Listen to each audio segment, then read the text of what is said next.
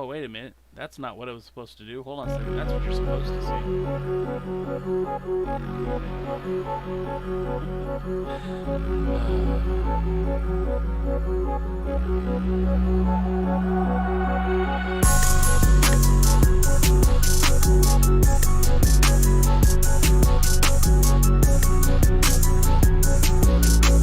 It's showtime. It's the pre-party with J. Cal. We are professional wrestling. I'm building an alliance. You are tuned into the absolute top of the mountain, the ultimate professional wrestling. Alliance-Wrestling.com. Hey, what it is? It's Tuesday. You know what that means? Why, it's the NWA Tuesday. Or it's just hashtag NWA Day. I don't care how you see it. I don't care how you say it. I'm just glad you're here for the ride. My name is J. Cal. You might remember me from such podcasts as the Alliance Guys podcast, or the Hot Tag on Friday. Or maybe you just have stumbled upon this podcast for the first time today, and I'm happy you're here. Yes, I'm happy you're here because this is the Alliance-Wrestling.com, your number one source for news and information for the National Wrestling Alliance. Guys, I lost my train of thought. But this is a presentation of Alliance-Wrestling.com, and this is the pre-party! Yay! We do a pre-party every Tuesday at 5 o'clock Eastern, 2 o'clock Pacific. Today I'm drinking the Monster Energy Ultra Rosa. Happy birthday, Thunder Rosa. Yeah. Anyways, guys, I'm excited to be here. Tuesdays are certainly my favorite day of the week, with Friday catching up to be a very close second. But this is the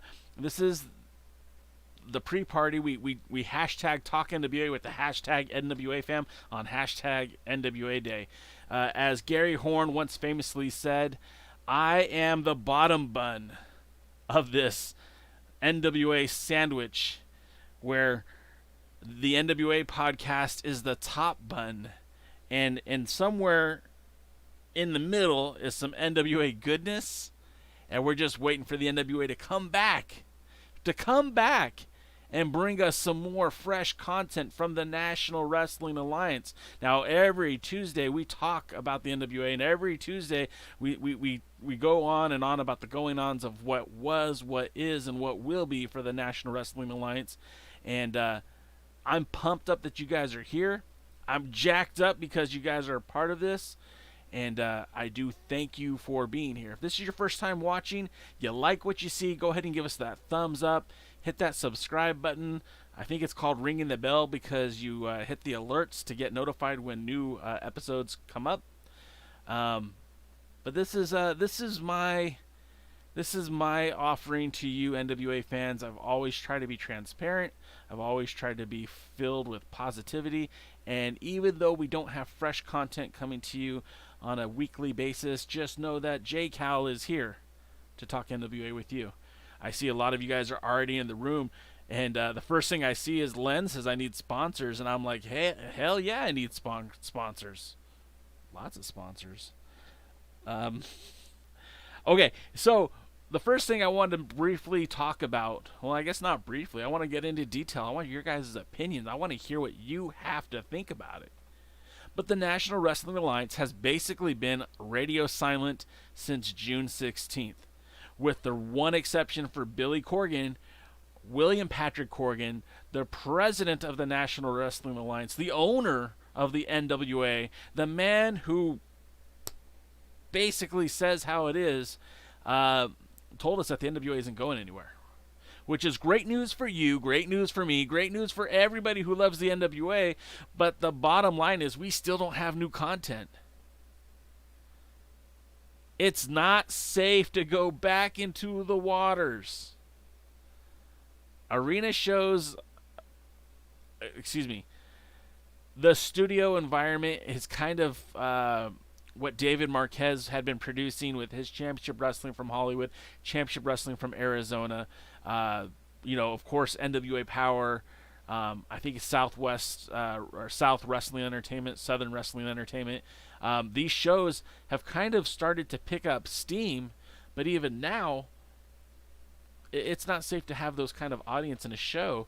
Now, what we've learned from the WWE, having shows out of the Performance Center, TNA having their shows, AEW having their shows, everyone's trying to, get back and rush into these shows to have, people in attendance or not. But logistically, I don't think the NWA could continue to produce a free show and have no audience. So my question to you guys is, would you be willing, as a fan of the NWA, I mean, if you're here watching this podcast, I'm going to go ahead and assume that you're a diehard NWA fan. And if you're a diehard NWA fan, are you willing to put your hard-earned cash back into the product? It was Dave Lagana who said it, but I'm sure he was echoing what Billy Corgan said, is that they were trying to remove the paywall to allow us fans to enjoy the NWA. Now, of course, they're going to charge for pay-per-views. Of course, they're going to charge for merchandise. But the show and the I don't know what you want to call it, the docu series, the 10 Pounds of Podcast, that was absolutely free. You could go buy them, but as they were released, that was free. And NWA Power, the whole first season, second season, that was all free. We were expected, again, to pay for pay-per-views. But that was a model that was based on having fans come into a venue, spending money to be there, as well as spending money to, buy merch while they were there. What if the NWA took a different approach? And this was kind of inspired by the recent interaction with High Spots, where the NWA had like a I don't know what they called it. It was an auction essentially. But what if the National Wrestling Alliance did a show similar to that, right? But it was a pay-per-view, so you had to pay like $10 to get in. And I don't mean actually get into the building, but $10 to get it on Fight TV or something along those lines. And you pay to watch, and then during you get one match, you get a promo, and then you get these items that are for sale by High Spots. I mean, I'm not saying that you have to go to the Georgia Public Broadcasting Studios and put on NWA Power. In fact, I would argue that you should not do NWA Power from anywhere but the Georgia Public Broadcasting Studios. But what if maybe you did go to High Spots? They have a studio. They have, well, maybe not a studio, but they have a wrestling training facility. You could be putting on wrestling matches in the heart of Horseman Country. Charlotte, North Carolina, doing NWA wrestling matches in North Carolina, having a mix between infomercials by selling NWA merchandise, but also having the NWA matches that we desperately want to see. What are your thoughts on that? I want to look over here to the comment section and see what you guys have to say. Definitely love your guys' interaction with me. I do. So let's see. First of all, Wrestling with MMA, he was even on here before the show started, and I respect and admire that. Thank you, sir. He was saying hello to the NWA fam. Terry McDermott said, hello, everyone. Happy NWA Tuesday.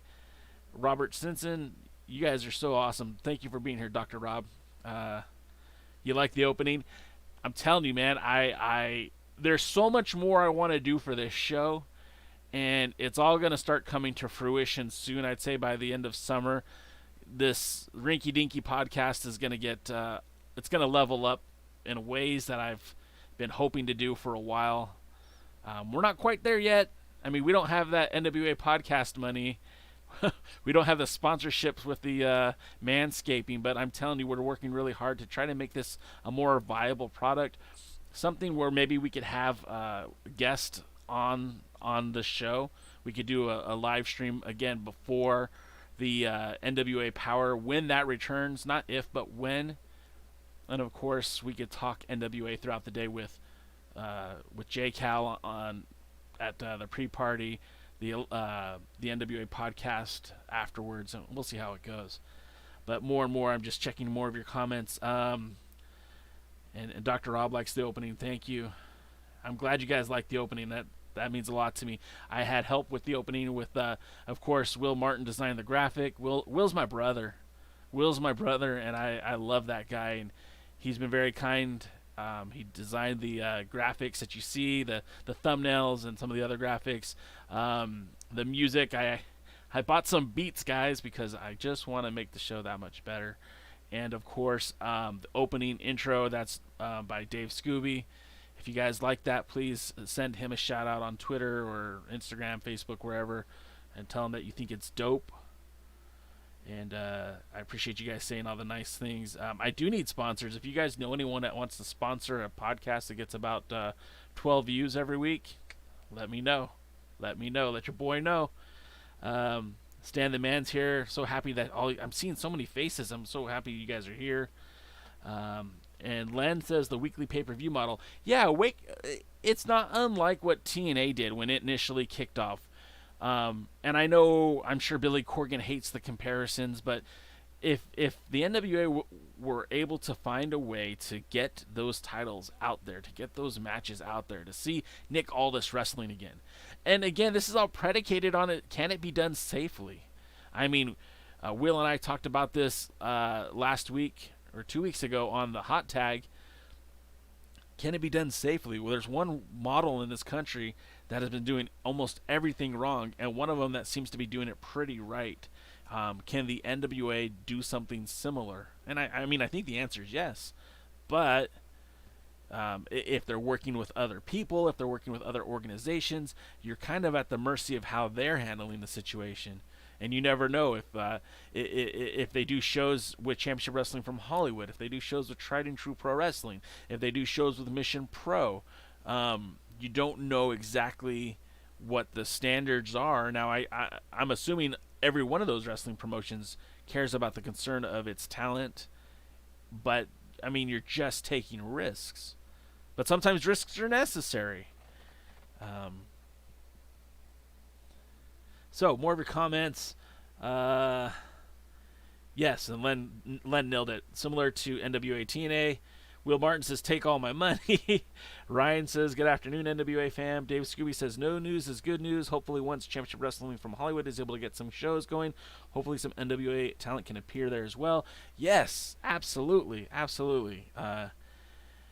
Gimmick table is what High Spots did. NWA on Fight TV with subscription. I mean, that's a great idea too. That's a great idea, Len. I mean, what are you willing to pay a month to have NWA wrestling every Tuesday? Or if not Tuesday, and the thing I'm saying, guys, is I'm not trying to replace NWA Power. I still think that the world needs NWA Power. I think the NWA needs power. But right now, a way to generate income from the company, to make sure that the wrestlers are getting in-ring time. And I mean, these don't even have to be 5-star matches. I'm not looking for the best wrestling ever. I'm just looking for some wrestling. You don't even need to give me Nick Aldis, Eddie Kingston right now. Give me Nick Aldis and Tim Storm. Give me that one again. Let me see that again. Give me Trevor Murdoch and Nick Aldis. Who's with me on that one, right? I would not mind a weekly, monthly subscription for a price that people can afford. Terry, I'm with you on that one. Kerouac says the crowd will, average fan won't. I flew to Atlanta for the Into the Fire, so obviously I'm in. New fans needed though. Rock and a hard place. Meanwhile, guys are leaving and having quick success. Absolutely. See, Kerouac, that's the thing. There's a great roster here, right? There's a wonderful roster. And as Nick Aldis has said in the past, you look, that's a murderer's row of people who can cut promos. And he's not just talking about the single wrestlers, the male wrestlers. Everyone on that roster is pretty good at cutting a promo. I mean, the former women's champion, Allison Kay, Thunder Rosa, right? Marty Bell's getting better. Melina killed it the last time she cut that promo. Trevor Murdoch is not known as a promo guy, but apparently on that unreleased footage of the Superpower, he cut some. He had a really good war of words with the NWA Third Degree National Mongrovian World Heavyweight Champion Aaron Stevens. So those kind of things, like, we're missing that every week. And yeah, Carney Latin was something, but at the end of the day, Carney Latin wasn't wrestling. And if we can safely put on a wrestling show, if medical procedures are following place, they're checking temperatures, the wrestlers are for the most part being self-quarantined. When they come to these venues, they're asymptomatic. They get in that ring, maybe even doing the COVID test, a few days before the show to make sure that these guys are safe. I mean, why not run off a couple, spend a whole day taping shows, taping matches, and releasing that throughout the month to either a paid audience via subscription or, pay-per-views, like a weekly pay-per-view service. Either way, I'm in. I hope you guys are too. I want to read more of your guys' comments because this is very interesting to me. This is the NWA. Says, zero doubt that the folks would pay a subscription fee to get NWA content. I do have a Microsoft Teams with a number now too if you're interested. Then we'll have to talk about that. What about even doing another 10 Pounds of Style series leading to a pay-per-view every couple months? I'm not sure if that's Gary or who's behind the This is the NWA podcast, but 100%. I really felt what helped kick off the NWA, this new era of the NWA, was that 10 pounds of gold. That was money, and it definitely could succeed. It definitely should happen, and there should be. It should just still be the 10 pounds of gold. I've always argued that the world's heavyweight champion doesn't need to be on TV every week, because the story of the NWA is told through power, but the story of the 10 pounds of gold could be told with Nick Aldis in the 10 pounds of gold series. That world's heavyweight championship, that story should be unfolding on the 10 pounds of gold. Of course, pay-per-view matches are important. And sure, I'm not saying Nick Aldis doesn't need to be on TV. I'm just saying that the focus of that show needs to be the NWA, not the World's Heavyweight Championship. And the focus of 10 pounds of gold should be the World's Heavyweight Championship. I mean, there's two products right there. And if done correctly, I mean, you can capture an audience. You can gain attention. And you can have all the silly stuff that people love and hate about NWA Power and have a very serious, a very diplomatic look at the 10 pounds of gold. And you could have Nick Aldis challenging or getting prepared to face the next challenge, to face the guys who, we've salivated at seeing, like Eddie Kingston or the Great Muta or, Marty Scurll. Whoever ends up being next, that's where you could tell that story and take that time that you were dedicating to the world's heavyweight champion on Power and reallocate that to the national champion, the TV champion, Zicky Dice, Aaron Stevens, and the feuds that they have, the tag team champions, the Crockett Cup lead up, of course, Thunder Rosa. There's enough time to go around if done correctly. More of your comments. DKM says, depend on the product. You're the first person that said the product. There's a lot of people talking price, but DKM is right. The product is important too, because if the product is garbage, I mean, who's going to pay for that?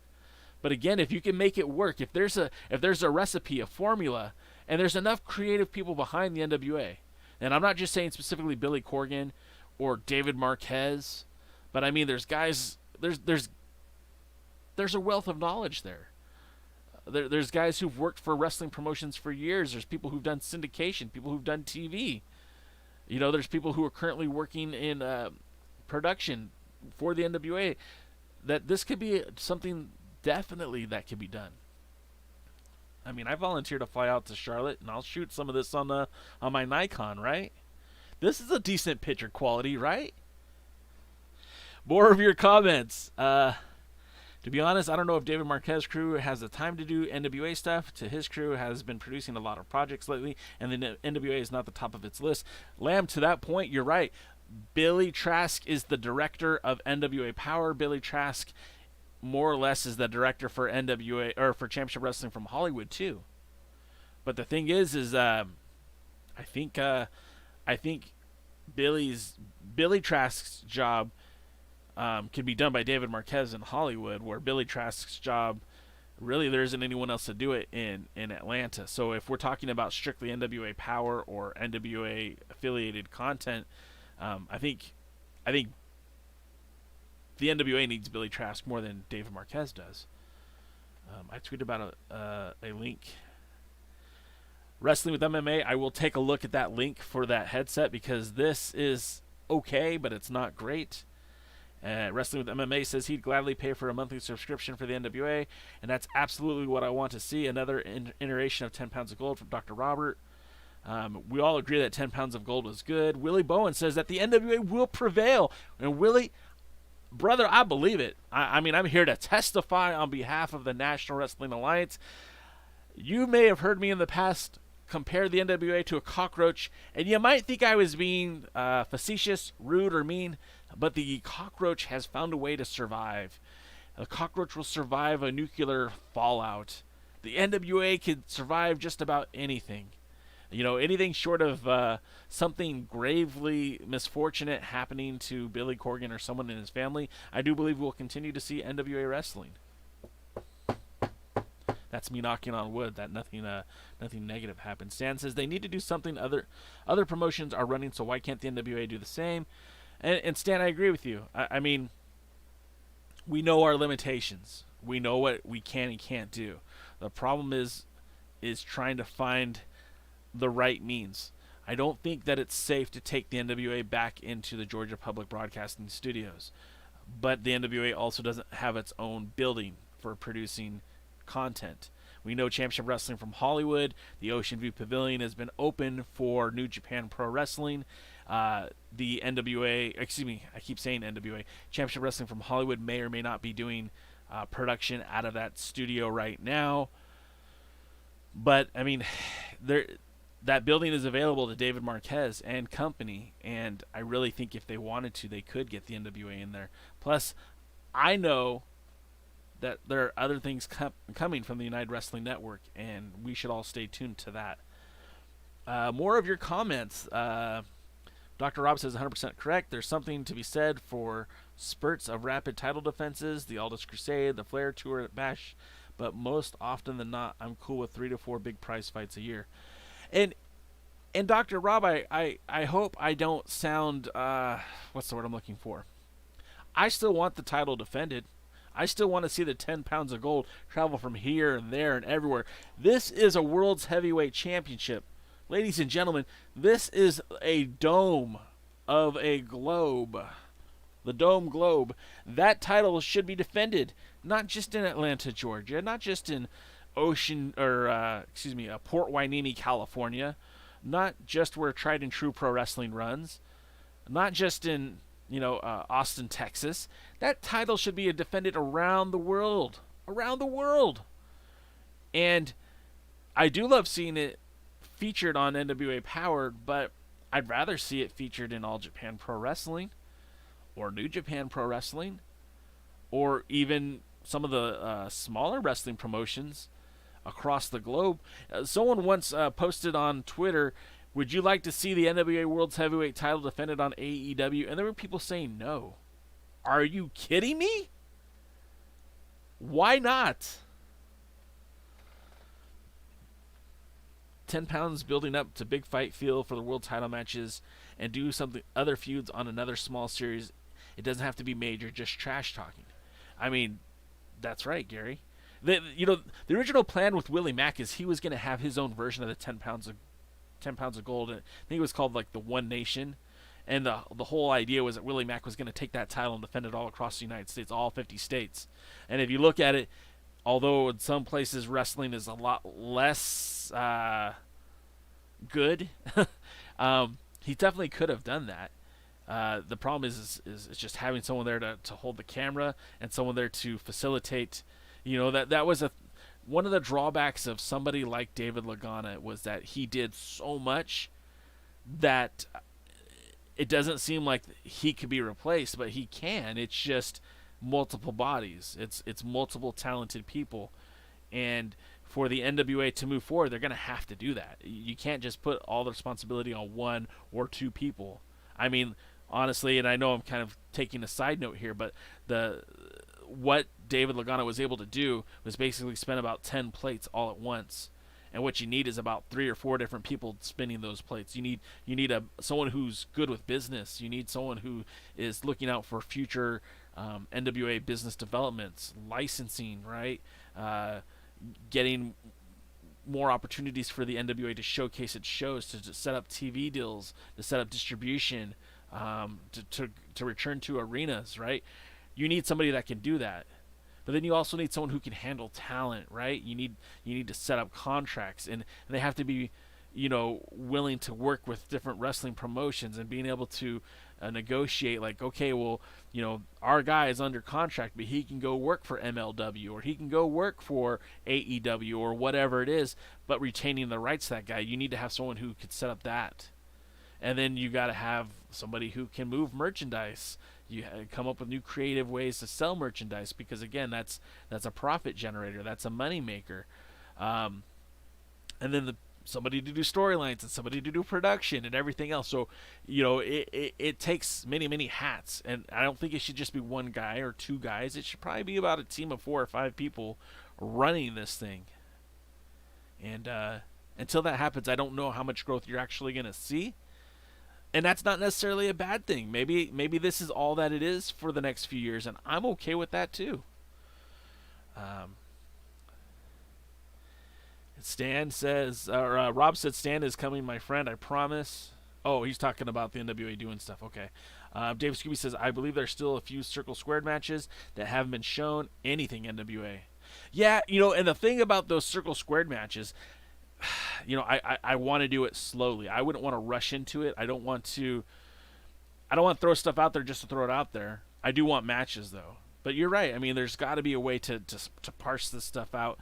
Instead of releasing full pay-per-views like they did, and can't put the toothpaste back in the tube, but I think they should have just had 1 or 2 matches and had a little bit more time with those matches, and have those wrestlers who were involved talk about those matches. That could have certainly stretched things out a bit.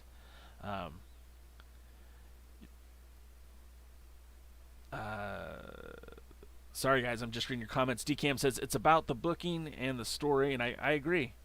I mean, look, I don't think that continuity is super important, because at the end of the day, what is wrestling all about? It's one man or one woman, one competitor. I guess that's one competitor is the best way to say it. One competitor who has a championship and everyone else who wants it. I mean, that's the storyline right there. And as long as you stay with that continuity, and there's one title that's more meaningful than the rest, everyone has a mission. Now, let's just say, hey guys, let's just pretend here for a minute that there is this opportunity to do stuff with high spots. Let's just pretend that there's this opportunity to do this thing with high spots where they go into their studio and do a show. Look, man, it doesn't have to be Nick Aldis. It doesn't have to be Aaron Stevens. It could be Zicky Dice, or hell, it could be Aaron Stevens, and we can just focus on these matches and that title for now, until something better comes along. For now, there are several NWA talent in the LA metro area, even making an appearance at Championship Wrestling from Hollywood, and maybe a match or two. Some of these talents are former Championship Wrestling from Hollywood talents. Absolutely, Dave, you're 100% correct. And I don't know, and this is being legitimately honest, I don't know if the if Championship Wrestling from Hollywood is even producing live television right now. I know that they are producing the New Japan Pro Wrestling Lions Break Collision, and it looks awesome. They've done such an amazing job with the Ocean View Pavilion. They removed the bleachers. They've stretched out that building. It looks terrific. If you guys have had an opportunity to see it, those matches are airing on New Japan USA, or New Japan World, excuse me, or they're even available. I think it's a la carte on Fight right now. You can get those episodes. And that's ultimately what kind of inspired this idea. Excuse me. That's what inspired this idea, because I saw that they were releasing these matches for like $1.99. Now maybe $1.99 is, for one match is nothing. You start wanting to watch 10 matches, and maybe it gets expensive. But a subscription service, $10 a month, $5 a month. What would it take to get you to buy? And the other side of that coin is, if Championship Wrestling from Hollywood started airing these shows on a pay-per-view format, would you pay for them? If Tried and True Pro Wrestling did that, would you pay for it? Maybe it's just one NWA match. Maybe it's an NWA sanctioned match. You get Zicky Dice versus Watts. You get Aaron Stevens versus Royce Isaacs. Would you pay for that? Would you be good with that? I know I'm behind on your comments, guys. I'm trying to catch up. International and cross promotion. The NWA champ is the champion of the world, including the offspring promotions like the WWE and AEW. That may be bold, but I'm sticking with it. And DKM says it has to be realistic. Absolutely, man. This whole thing has to be realistic. We have to. The thing about wrestling is we're supposed to suspend belief, because if anyone thinks that these guys are literally killing themselves in the ring, it's just not happening. But the storylines have to be realistic. I agree with that. Stan says they should be pumping out merch. And I think they are, guys. I think they are. If you go to their website, I think merchandise is still coming. Willie wants an expanded roster. Wrestling with MMA is taking off. Thank you for your time today, Wrestling with MMA. I really appreciate you being here. You're one of the good guys. I appreciate that. So as you can see, guys, I'm excited about it. It seems like you guys are excited about it. If anyone from the NWA is watching, I mean, if you have an option to put on any kind of live event that we can watch, that we can digest, that we can consume, I definitely think you should. I'm going to go to Instagram real quick, where we have McBoy Bros Productions says, I watched the episode from WWE, The Greatest Stars of the 80s on DVD. Yeah, there's a lot of great talent from the NWA, I mean, who have represented the National Wrestling Alliance throughout the course of 72 years. And there is a wealth of talent today. A wealth. And I do not want to use the word squandered, because we are going through a global pandemic, but there is opportunity. And there are ways to present matches. And, I mean, let's be honest. For a studio run show, I mean, you need a director, you need a producer, you need at least 2 to 3 cameramen, you need a sound guy, you need a referee, and then however many matches you're going to tape. So that could be problematic, but at the same time, it's very beneficial for the National Wrestling Alliance to produce some live content. And so, sorry, I got distracted by my wife. No,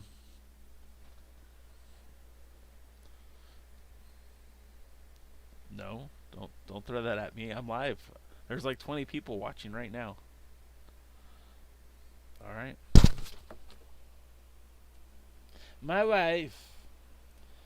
All right, so changing to the other part of the show. Again, there hasn't been a whole lot of news with the National Wrestling Alliance this week, and that's unfortunate. I really wish there was something more to talk about. There isn't. So what can we talk about? Well, we could talk about Tyson Dean and Jeffery Neal.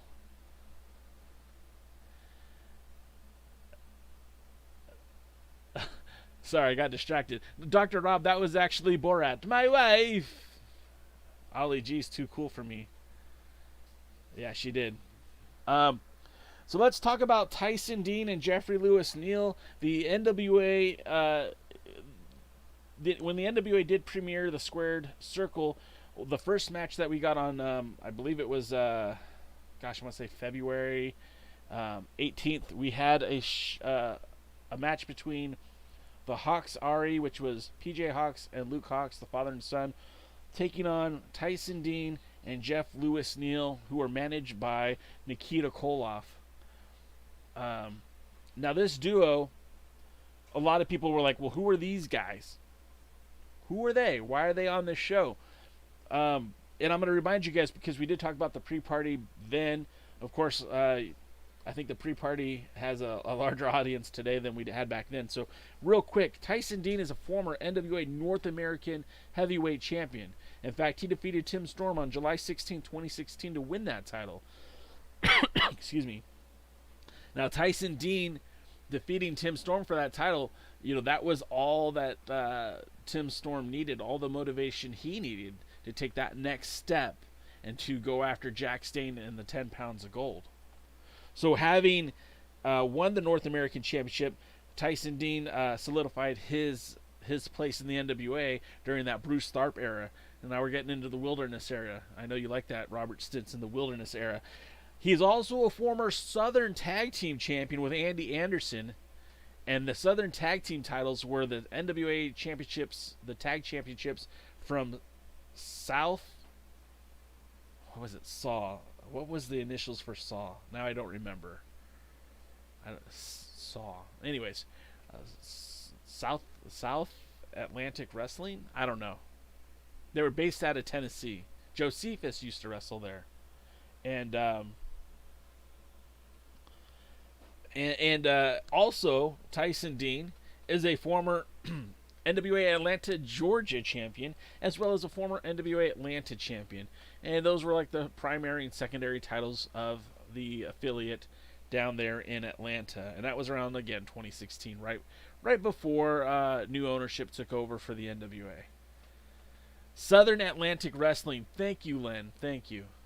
But Tennessee isn't that close to Atlanta. How'd they get away with that name? Now, Jeffery Neal Lewis, or Jeffrey Lewis Neal, or Jeff Lewis, or he's a former NWA Anarchy TV champion. In fact, he held the belt like 3 times. Southern All-Star Wrestling, that makes sense, Robert. But Len says no. Okay. So from 2005 and 2006, Jeff Lewis Neal won the NWA Anarchy TV title. Now remember, NWA Anarchy at one point was the only syndicated wrestling program of the National Wrestling Alliance. And it's the promotion that came before NWA Wildside is basically where Ron the Truth Killings, AJ Styles, and a lot of Luke Hawke, a lot of the talent from that era kind of broke through with Wildside. Wildside helped supply talent to the to WCW's training facility, as well as the early days of TNA Impact. Then he also won, Jeffrey Lewis Neal won the NWA Mid-Atlantic Championship, and that was part of NWA Charlotte. It was a short-lived promotion around 2009, which had some great production values, a really fun show. It kind of rivaled Championship Wrestling from Hollywood in like where you want to be within the NWA.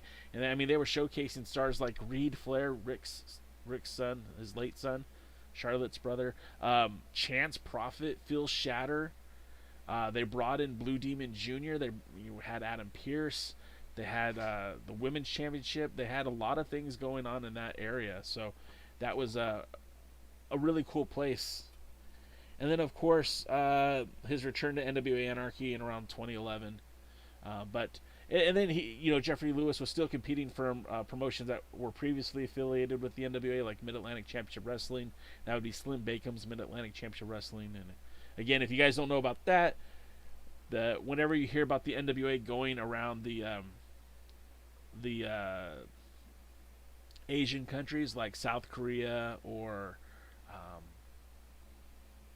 Indonesia, that was because of the deals that Slim Bacon had with Mid-Atlantic TV, Mid-Atlantic Championship Wrestling, where they were able to take some of the stars from the WCW era, some of the Jim Crockett promotion stars, and take those matches internationally. I mean, AJ Styles challenging Jeff Jarrett for the 10 pounds of gold in Korea doesn't happen without NWA Mid-Atlantic Championship Wrestling.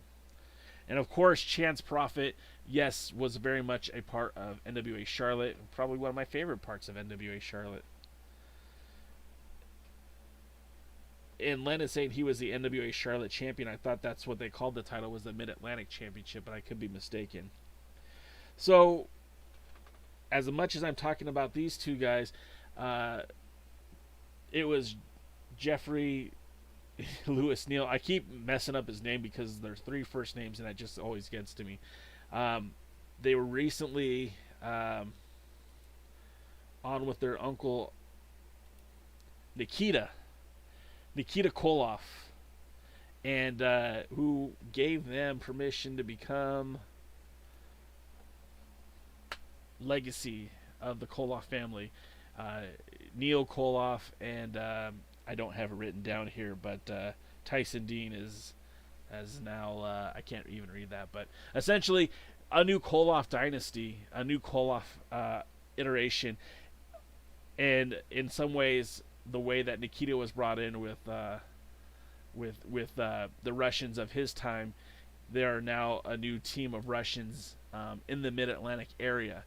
Now, they weren't signed to the NWA before, but do you think that perhaps maybe this could make them more attractive to the NWA, to have a gimmick like the old school Russians? Do you think that would make the NWA more likely to use them? And Dave Scooby says Alexander. Aha, of course. I should probably get some glasses. Would that make you more inclined, if you were the NWA, to use these two? And I mean, in some regards, you're bringing star power. I mean, obviously, Nikita Koloff bought into these guys back in Circle Squared. He brought them to the ring. He cut the promo for them. And what would it mean to have your show with that legacy, literally tying Jim Crockett Promotions to what you're doing today? I think it really would be meaningful.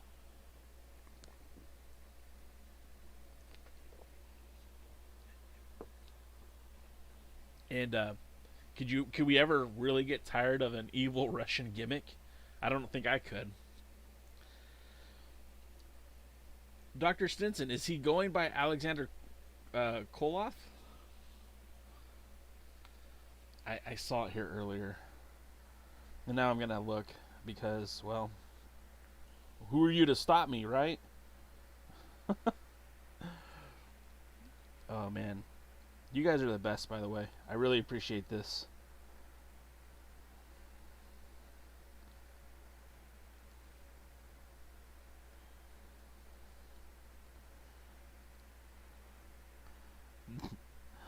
And I literally live on this stream, I'm looking it up right now. Alexander Koloff. Okay.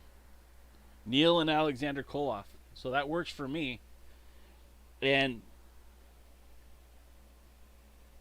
would that get you to buy in to them as a tag team? Because you got to remember, the NWA in and of itself, the tag teams. See, Dave Scooby, you're literally reading my notes here, because we're literally going to talk about Talking Shop Mania here in just a second.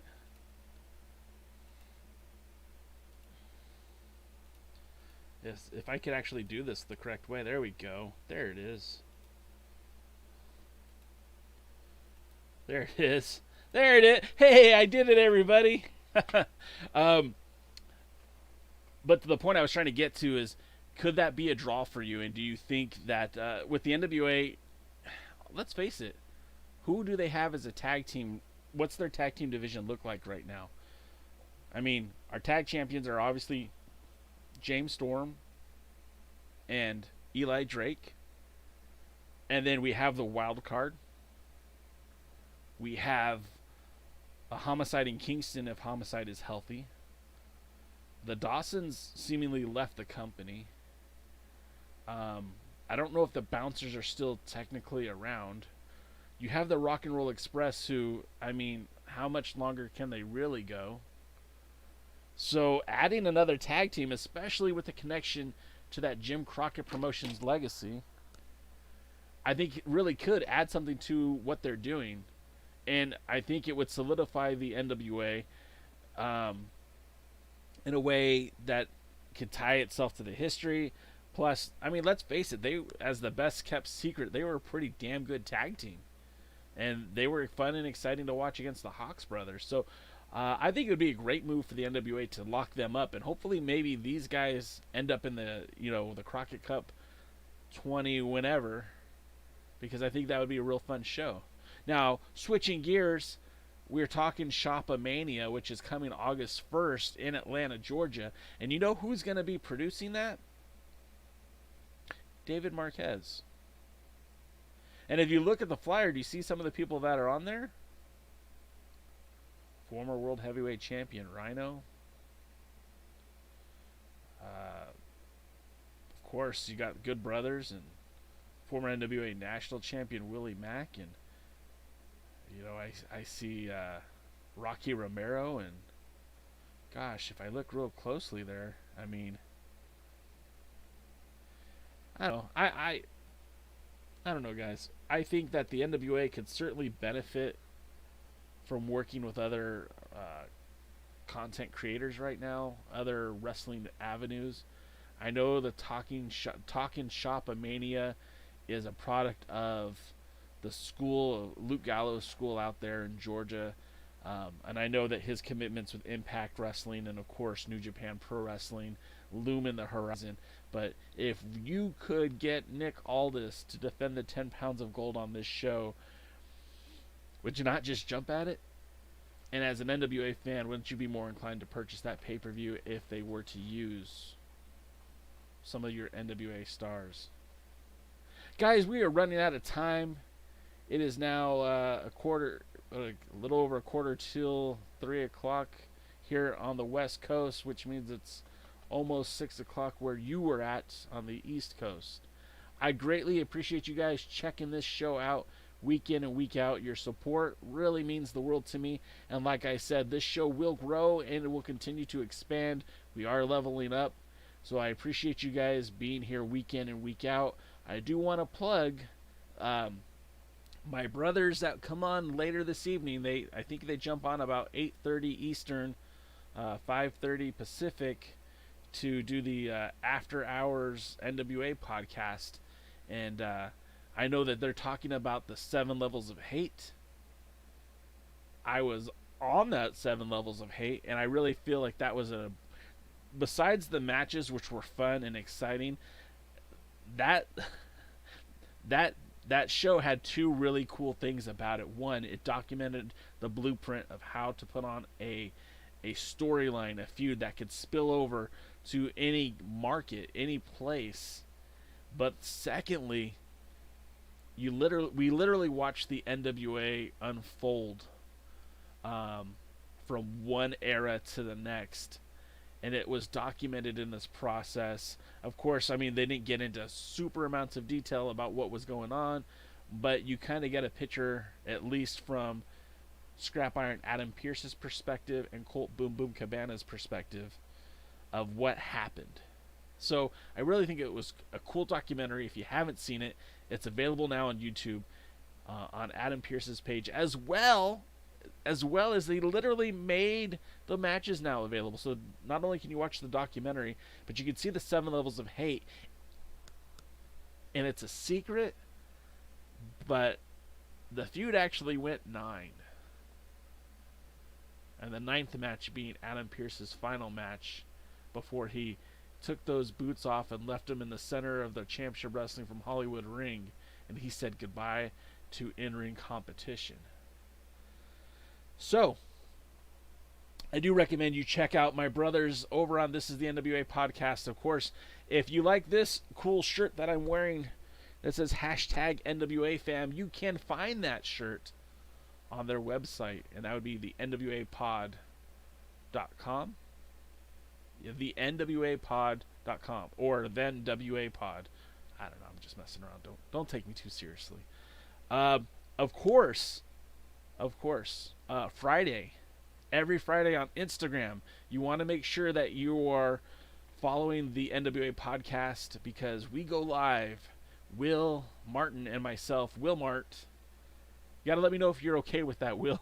Will Mart and J Cal talk NWA. when we go all in with the Friday hot tag. Wow, I just had like 6 different hashtags there. And we talk about, whatever's kind of looming on the horizon.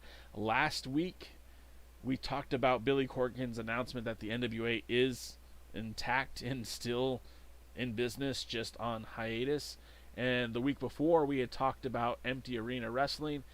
This week, we're going to talk about dream matches we want to see when NWA Power returns. If you have your dream match in mind, join us, guys. It's 3 o'clock Eastern, noon Pacific. We talk NWA just like we talk NWA here. And then, of course, replays can be found on their YouTube channel or on the TheAllianceBlog podcast. So make sure you check that out because it's a lot of fun. Stan, I really appreciate that, man. Thank you. This has been a lot of fun, guys. This continues Tuesdays. I'm telling you, Tuesdays are the best day of the week for me because I get to spend time with you guys and we get to talk NWA. And I know when Power returns, we're just keeping the spot warm for them. The synergy between the synergy. We'll just stick with the synergy. The synergy between the NWA podcast and the Alliance blog has really grown in the last few months. I'm very happy with the synergy and the teamwork that we're showing each other.